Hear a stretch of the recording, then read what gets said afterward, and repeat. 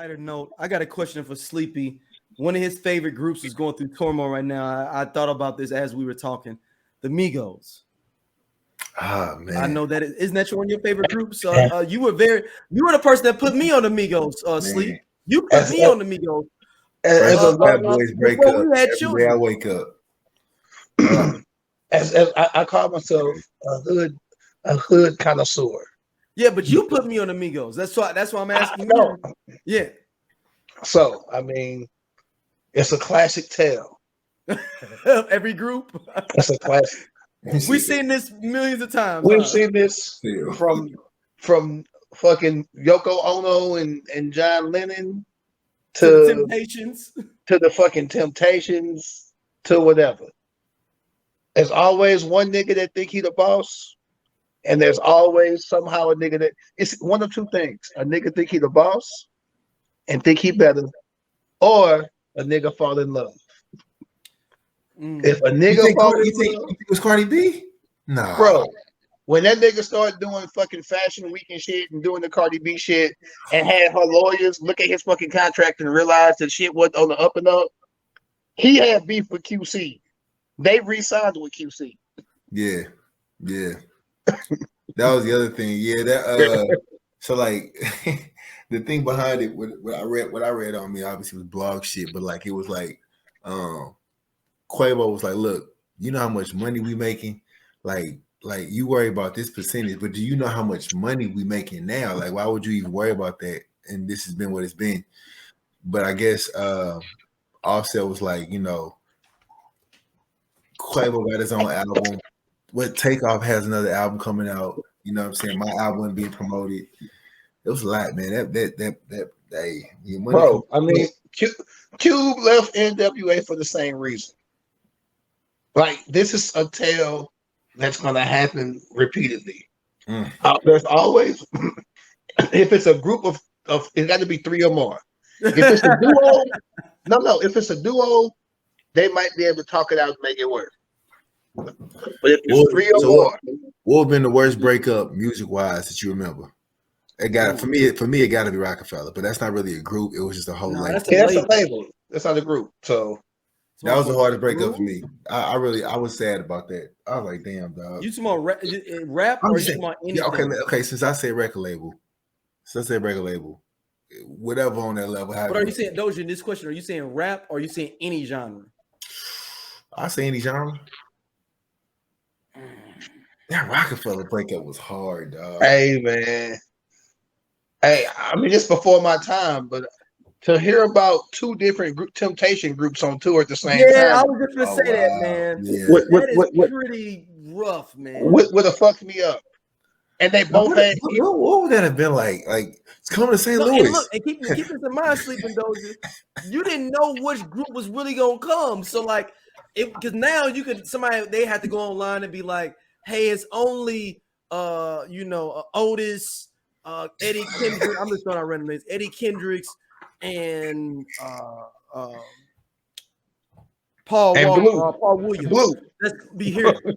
then you just show up and be like, hold on, man. They coming out doing their thing. It's only 4 of them. No, just the thing. Hey, man, where Eddie Kendrick at? No, just the thing. Each group had two original. Each Temptations had 2 original members in it. But like, that's what I'm saying, though. But I'm saying you come to the show, you don't know that this is happening. No, but wait. One group got the most loyal Temptations in it. It's Otis, Williams, and Blue. Yeah, Blue. Now these 2 niggas is like they Temptation to the core. But the other group is got all the lead singers, but it's got the best singers. It got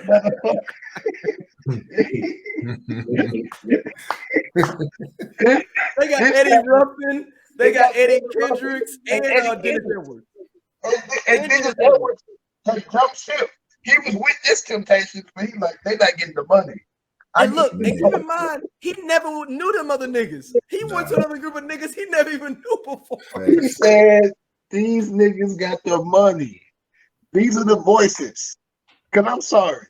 As much as I love fucking As much as I love Blue had the deep voice, and as much as I love Otis, I can't think of a song Otis led. Like I don't know. Hey, Eddie I Ruffin was, said, "Ain't nobody coming to see you, Otis." it Yeah, was 3, 6, 9. It was 12 of them niggas.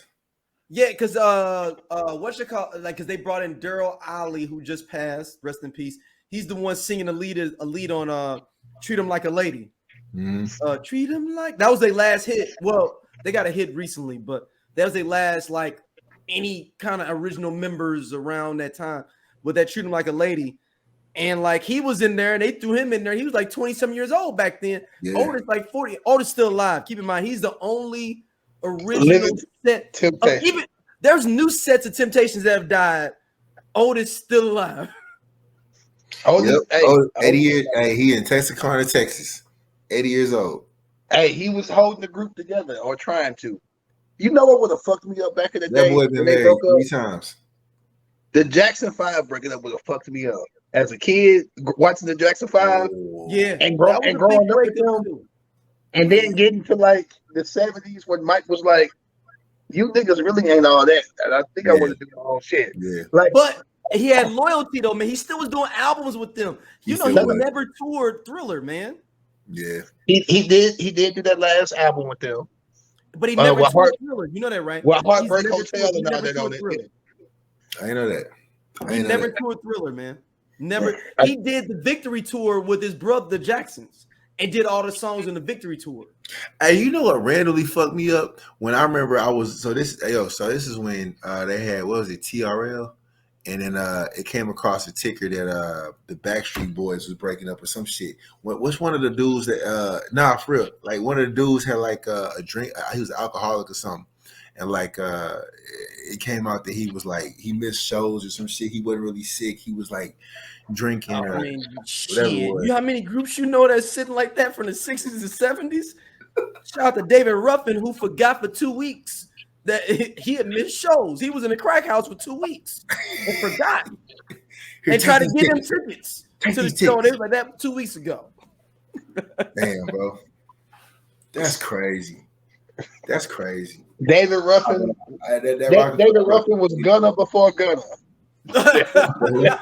Oh yeah. Oh shit!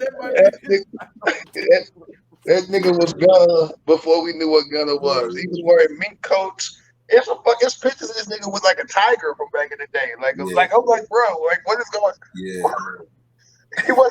He wasn't a solo artist. Like, why you had photo shoots with you and tigers and you in a group, and they not even nowhere in the pictures? That's David crazy. Ruffin was different. He's a wild. There's always one. Every generation got a Gunna. Every generation. So who you think gonna drop a diss record first about the you think it's gonna be Offset talk about them? They already did. Quavo said that Quavo dissed I thought he dissed Offset and indirectly said that he had sex with his girl. Have not heard any of that, and I hope it's not true. Like you try to use my boy. Hold on. I'm gonna read y'all the direct lyrics. Oh my god. Wait, Cardi B? No, but I guess supposedly Offset, he hints at cheating Offset has sex with Saweetie. It's Offset saying it. Cold game. No. This is Quavo rapping that Offset was messing with Saweetie. Oh. So here hold on, let me read the lyrics. Yeah, I know Lil Wayne. Not Lil Wayne. Lil Baby was talking some crazy shit too, though. But that's a whole other thing. Hold on, it's some lyrics. The lyrics is wild. Hold on, man, because I don't even know. Like normally they be kind of mumbling a little bit. He was real clear on that one though. It's basically like you messed with my boy, and you thought it was all good. Let me see. They're trying to read lyrics. I'm trying to figure out how to read these lyrics. Hold on. Let me see what these say. Hold on. He says, I ain't stressing, not at all. You wanted the gang. You should have just said it. We would have been blessed.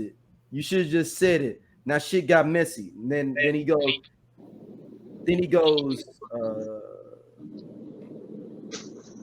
Hold on. Dang, there was another line though that said like, "You mess with the homeboy, I ain't tripping." I didn't even want to hear what y'all was talking about, so I tapped out for a second. And I'm back. Well, our listeners, y'all better peep it out. Get it. Y'all jump down in the comments. The Dojites, the sleepovers, the slumber party. I'm sorry, the slumber party. Hey. Some remix sleepover teas will be fired too, though. Yeah. Wow. The big sleepover. The slumber party.